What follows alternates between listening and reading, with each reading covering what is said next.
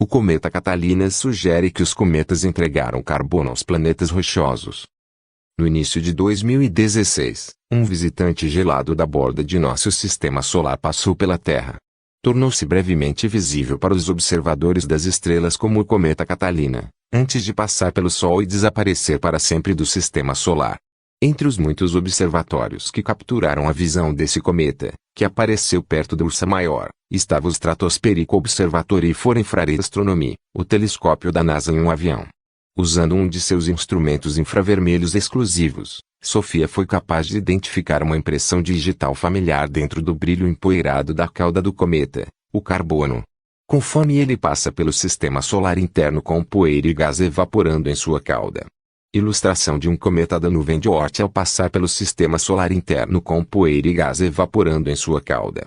As observações do Sofia sobre o cometa Catalina revelam que ele é rico em carbono, sugerindo que os cometas entregaram carbono aos planetas terrestres como a Terra e Marte à medida que se formaram no início do sistema solar.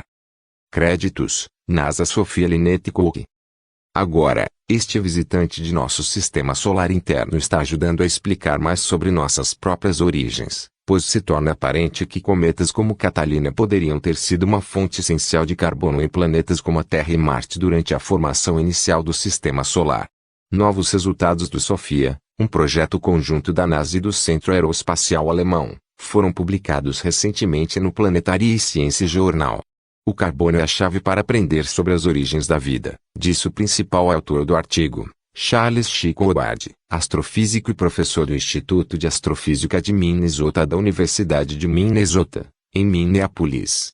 Ainda não temos certeza se a Terra poderia ter capturado carbono suficiente por conta própria durante sua formação, então os cometas ricos em carbono poderiam ter sido uma fonte importante de entrega deste elemento essencial que levou a vida como a conhecemos. Parado no tempo originário da nuvem de Oort nos confins de nosso sistema solar, o cometa Catalina e outros de seu tipo têm órbitas tão longas que chegam à nossa porta celestial relativamente inalteradas. Isso os torna efetivamente congelados no tempo, oferecendo aos pesquisadores oportunidades raras de aprender sobre o sistema solar inicial de onde vieram. As observações infravermelhas de Sofia foram capazes de capturar a composição da poeira e do gás à medida que evaporava do cometa, formando sua cauda.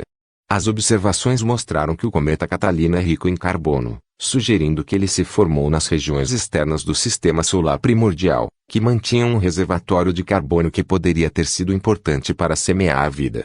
Embora o carbono seja um ingrediente-chave da vida, a Terra primitiva e outros planetas terrestres do sistema solar interno eram tão quentes durante sua formação que elementos como o carbono foram perdidos ou esgotados.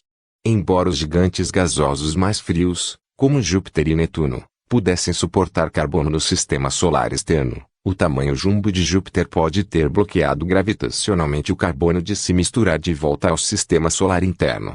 Então, como os planetas rochosos internos evoluíram para os mundos ricos em carbono que são hoje? Mistura primordial. Os pesquisadores acreditam que uma ligeira mudança na órbita de Júpiter permitiu que os primeiros precursores dos cometas misturassem o carbono das regiões externas às internas, onde foi incorporado a planetas como a Terra e Marte.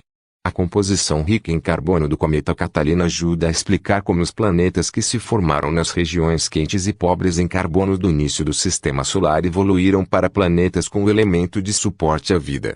Todos os mundos terrestres estão sujeitos a impactos de cometas e outros pequenos corpos, que carregam carbono e outros elementos, disse Howard. Estamos chegando mais perto de entender exatamente como esses impactos nos primeiros planetas podem ter catalisado a vida. As observações de novos cometas adicionais são necessárias para saber se existem muitos outros cometas ricos em carbono na nuvem de Oort, o que ajudaria ainda mais a que os cometas entregassem carbono e outros elementos de suporte de vida aos planetas terrestres. Sofia é um projeto conjunto da NASA e do Centro Aeroespacial Alemão. O Ames Research Center da NASA no Vale do Silício da Califórnia gerencia o programa Sofia, a ciência e as operações de missão em cooperação com a University Space Research Association, sediada em Columbia, Maryland, e o German Sophia Institute na Universidade de Stuttgart. A aeronave é mantida e operada pelo Armstrong Flight Research Center Building 703 da NASA, em Palm Valley, Califórnia.